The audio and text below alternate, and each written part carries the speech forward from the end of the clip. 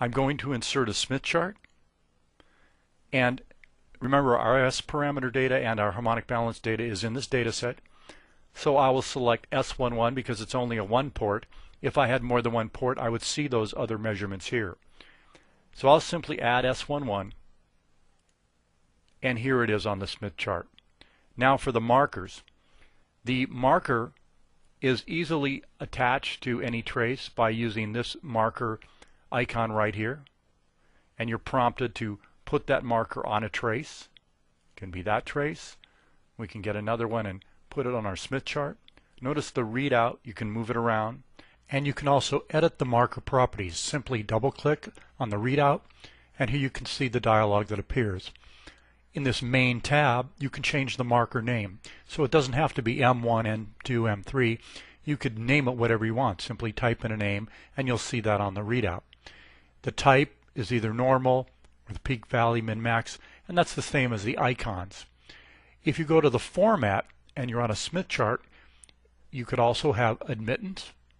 You can change it from the format of real and imaginary to magnitude and phase, whatever you like to read it out as.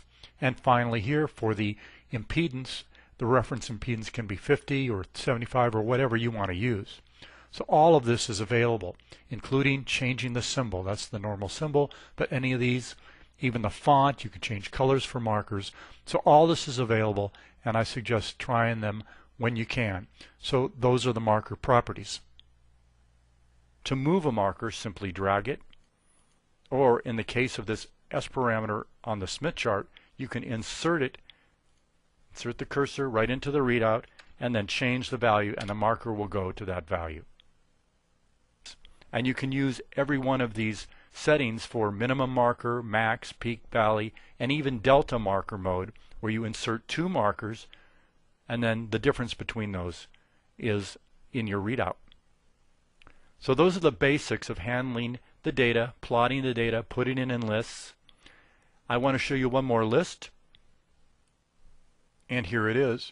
It's simply a list of the mix component here, or the mix table from harmonic balance. And you can see these are index values, and you'll want to use those when you use equations. So let's write an equation, and the way to do that is to insert the equation just like that from the palette.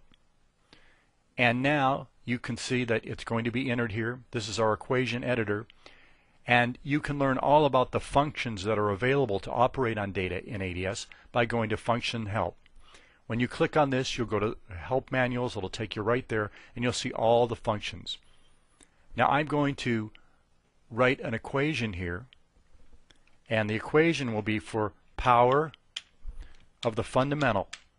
So I'm naming it whatever I want, equal to, and I'm going to use a very simple function, dBm, and then in parentheses I'm going to type in the data that I want, or I can select it from the list here, V out, and if I insert it, it appears. And because I want only the fundamental, I'm going to use square brackets and put that 1 from the mix table, because that's the one I want, in parentheses, and then complete the equation like that. When I click apply, if there were any errors, it would appear here. And here is our equation. Now it will turn red if it's not valid. And to put the equation in a list, you simply insert a new list, and then you select for equations right here at the bottom, and then here is our equation, and add it. And that's how you use equations in ADS. And here is our power in the fundamental in dBm. And you can also double click and then go to plot options and title the plot power of the fundamental in dBm, and click OK, and now your list or your plot has a title. At this point we've covered a lot of detail about the data display window, how to work with data sets and plot and list data, use markers, and even write a basic equation. I'm going to show you how to use other data in ADS, and that will be the completion of our video. To use other data in ADS, the most common ways are shown here First is the SNP component. That's located in the Data Items palette.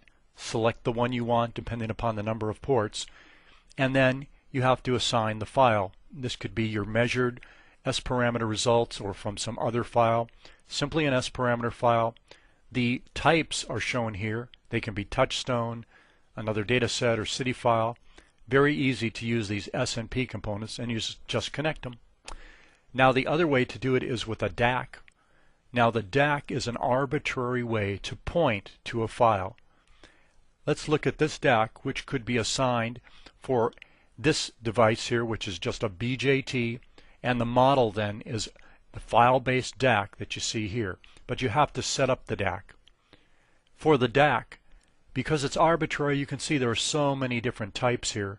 You simply select the one you want and make sure the file is available and then browse to it. So those are two ways to get other data into a data set from schematic, either the DAC or the SNP. This is the end of our video on data display and data in ADS. And if you take one of our ADS courses, we go into detail and give you a lot of practice using data in the data display.